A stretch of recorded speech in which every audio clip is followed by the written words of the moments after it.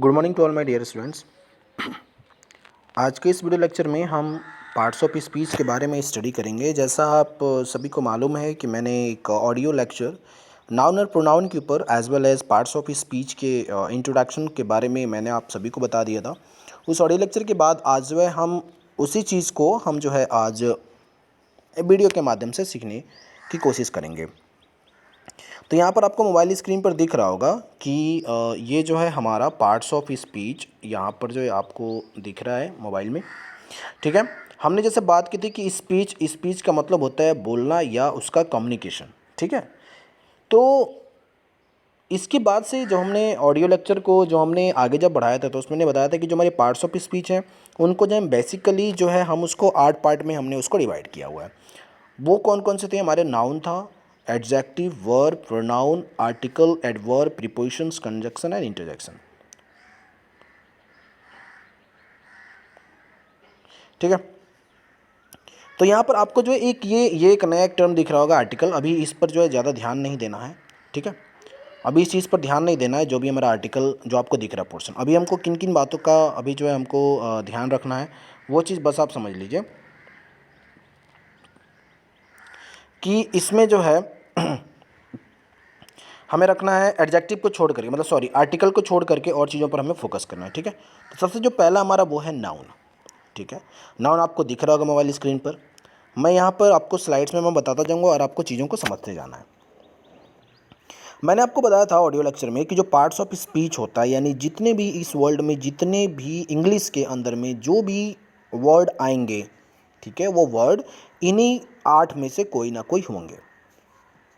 अब हम बात करते हैं, सबसे जो पहला हमारा वो है नाउन। आज जितना भी हो सकेगा, अभी हमें स्टार्टिंग में क्या करना है, नाउन्स को समझ लेना है, उसके टाइप्स, और वो जो हम नाउन जो हम स्टार्ट से करेंगे तो हम समझेंगे। अभी हमको सिर्फ ये जो 8 जो हमारे हैं पार्ट्स ऑफ स्पीच, उनके बारे में बस में बेसिक चीज़ें हमें सीखनी है। तो नाउन के बारे में यदि हम आपसे बात करें तो नाउन में क्या था? नाउन में ये चीज़ थी कि सर नाउन का मतलब होता है कोई भी नाम। ठीक है, कोई भी वो नाम होगा। उसके साथ साथ मैंने एक चीज़ और आपको बताई थी कि वो टचेबल और नॉन टचेबल भी हो सकता है। ये आपको कहाँ पर मिलेगा देखने को? जब हम नाउन के टाइप्स पढ़ेंगे तब। अभी आपको सिर्फ क्या याद रखना है कि जो नाउन है वो बेसिकली क्या है? एक नेम है, चाहे वो नाम किसी भी तरीके का हो सकता है। जैसे यदि हम एक एग्जाम्पल्स लें अपनी बॉडी का, तुम्हारे बॉडी के हर एक एक पार्ट के अलग अलग नाम हैं, अलग अलग पार्ट्स में डिवाइड हुआ हमारा बॉडी हुआ है ना। यदि आप अपनी बॉडी को देखो, ठीक है, यदि मैं ऊपर से यदि बात करूं तो सबसे पहले आप बोलोगे कि हेयर।